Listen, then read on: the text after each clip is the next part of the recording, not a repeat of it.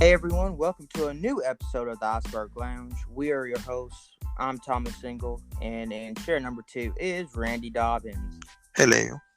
And in this episode, we're going to be talking about the outcome of the college football playoff national championship game again, with Alabama going against Georgia.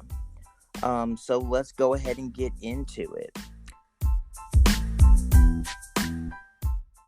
So, Randy, what were your thoughts going into this game? I thought it was going to be close, considering the outcome of the last time they played, which it Yeah, was somewhat close.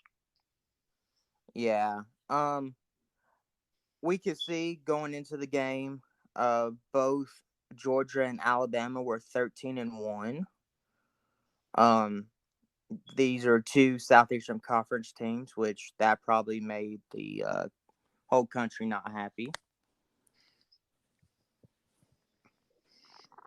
And so we could see that Georgia ended up beating Alabama 33-18, and that looks like a blowout.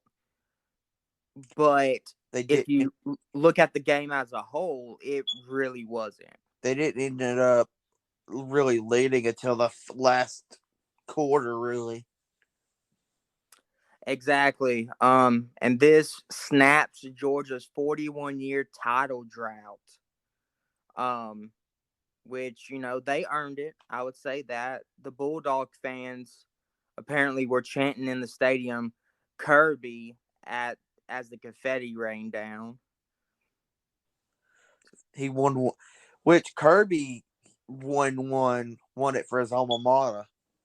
Exactly, and I mean he's the second ever uh coach that has been under Saban to beat him. I mean he's been under Saban for It was under him for like 15 years exactly. So because he was with him at LSU, then with the Dolphins, then at Bama, and he only left Bama in 2015, I think.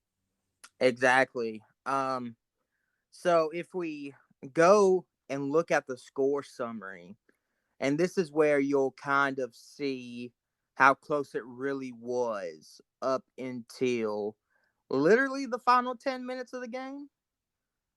Um, we had Alabama holding out Georgia 3-0 in the first quarter. Then, second quarter, both of them scored 6 points in that quarter, with Alabama leading 9-6. Then Georgia, after the half, held Alabama to 0 points in the third quarter, and it ended up turning into 13-9, Georgia leading. Um, then Alabama scored, uh, and it was going back and forth up until the fourth quarter. See what we talked about this during the game because we watched it together.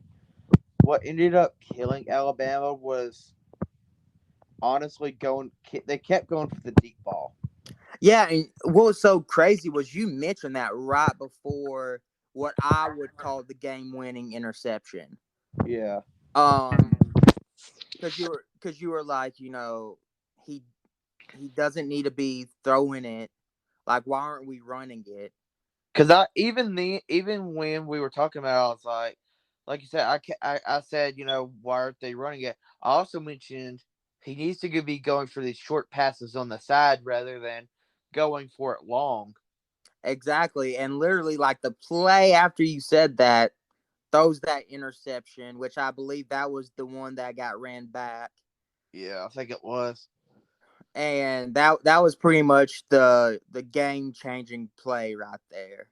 Yeah, and when they got it to 33-18, I told you, I said, Bryce Young, was throwing them to the side short. I was like, look, this is what he should have been doing before he threw that interception. Exactly. Yeah, we just kept trying to throw it deep, and it just was not working. Uh, Georgia's quarterback was 17 of 26 um that night, and Bryce Young, listen to this, 35 out of 57. Oof. 35 out of 57. Yeah, I'm looking at the stats, and honestly, they're not far off from each other. Like Bryce, I think we should have been running more.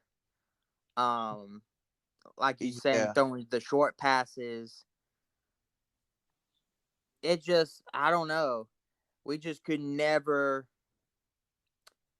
really get anything. We got one touchdown the whole game. yeah. See, here's my thing.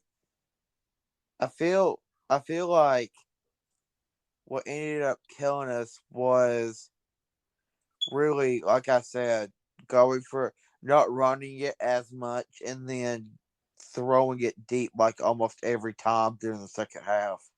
Exactly. Like the whole third quarter, and I would say most of the fourth, most of the passes were deep balls. Exactly. And honestly, the MVP for Alabama this game was Will Reichard. Oh yeah, Um, he was the one keeping us in the game for the longest. And that's insane talking about Alabama, where for most of the time we don't have a good kicker. yeah. And luckily we have him, and he kept us in the game. If it wasn't for him, it might have been way worse. By the way, speaking of Alabama football, Jameson Williams has declared for the draft. He has. Yes. Mm. He is supposed to be, from what I've heard, I believe he's supposed to be like a top five pick. Oh well, that'll be good for Bama when it comes to the stats. Oh yeah, But yeah, like they were playing in Lucas Oil Stadium in Indianapolis. Uh, the capacity was full in the stadium. The capacity is 63,000, and the attendance was 68,311. Um, you know it's weird. I figured that there are more in college football stadiums that have bigger capacities than NFL, and I figured it'd be the other way around. yeah. People just like college ball better. There's more passion in it, I feel. Yeah, especially down here in the South.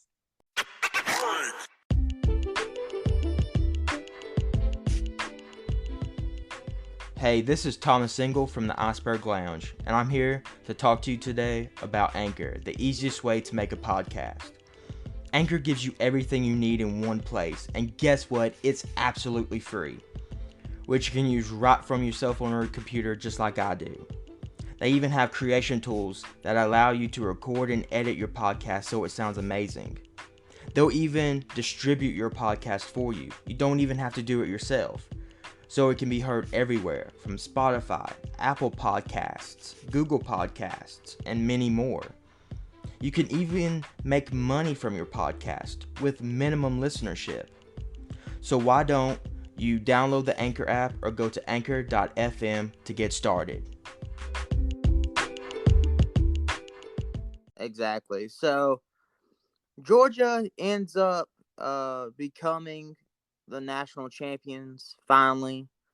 Um, Congrats to them. They earned it. They end their year 14-1. Alabama ends their year 13-2, with the other loss being a unranked Texas A&M.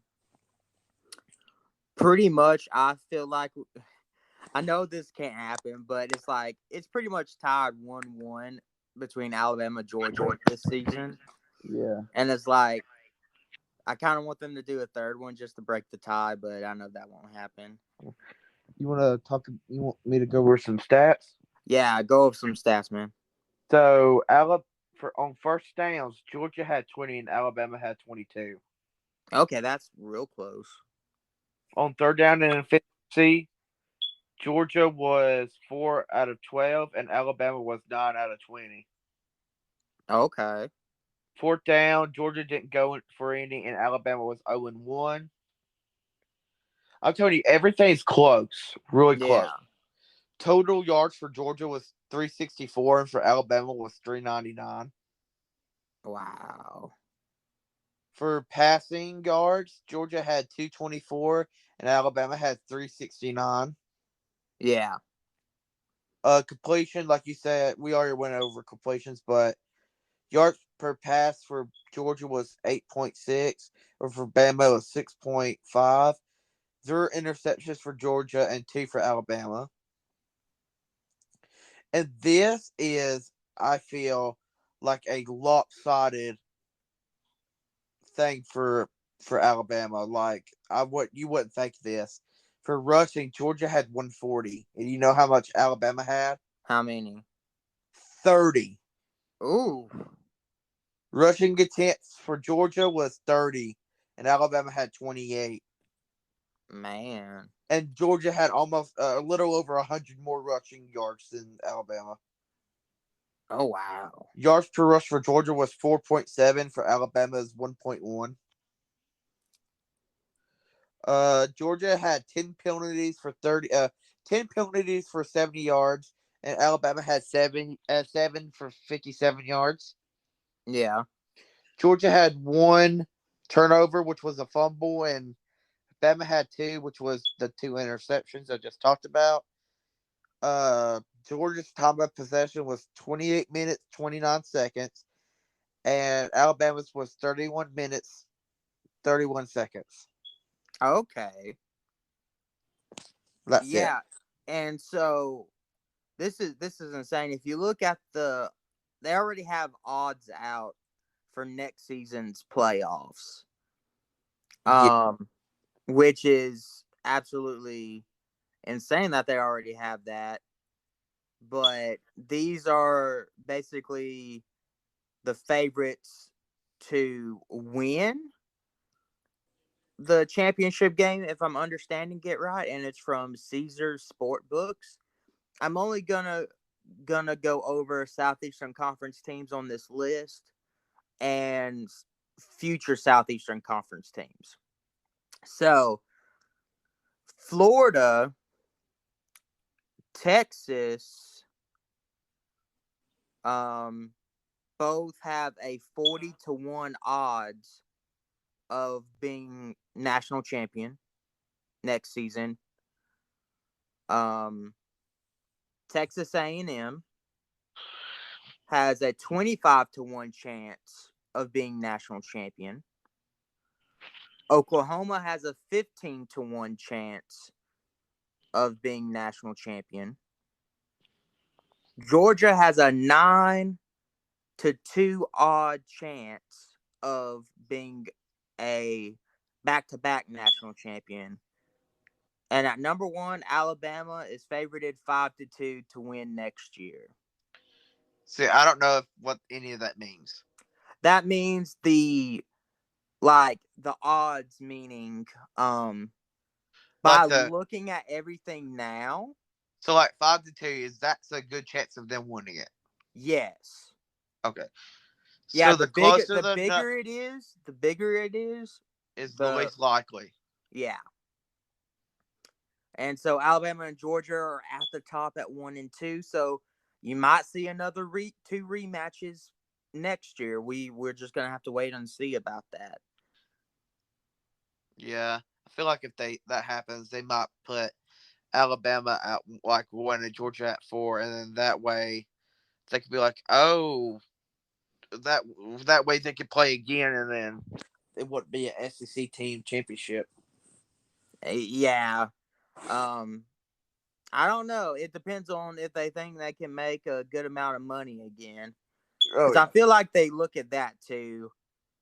oh yeah. They look how much because like think Georgia and Michigan was like we talked about before, sold out like overnight when the tickets went out.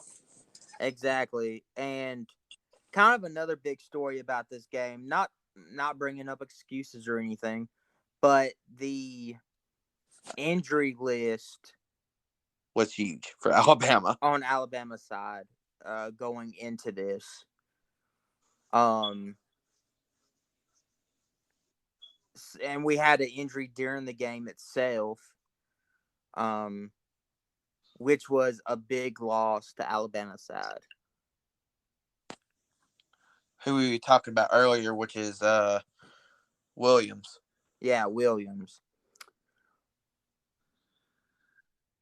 But there's been multiple people entering the draft for Neal's entering the draft from Alabama. Let me see. Like you said, Williams is entering the draft.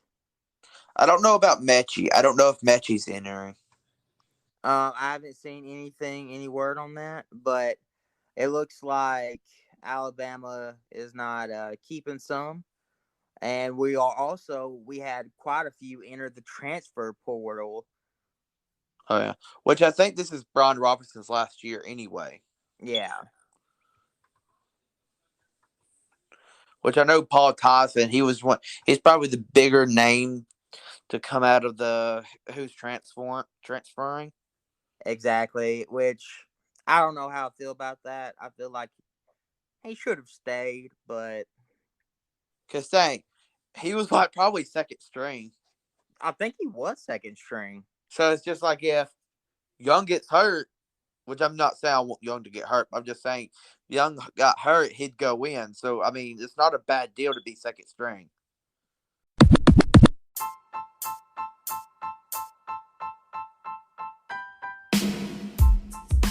Want more content from me and Randy? Go check us out on Twitch at Iceberg Gaming TTV and Itsktowngaming, where we stream multiple games live. We are also on YouTube at Thomas RJ Engel and K-Town Gaming, where we play 3 games and have other content for you to enjoy. If you want to follow us on social media, all of them will be in the details of this episode. Support us at patreon.com/TRJI, where you can get our content first before anyone. If you are unable to invest in us monetarily, then you can by following, leaving reviews, chatting with us, liking, commenting, and sharing. Thank you for the support. Thank you for listening to the Iceberg Lounge. Don't forget to give us a follow, leave us a review, and share this episode. Know God loves you, and we love you, and always remember, all to God. See you in the next episode.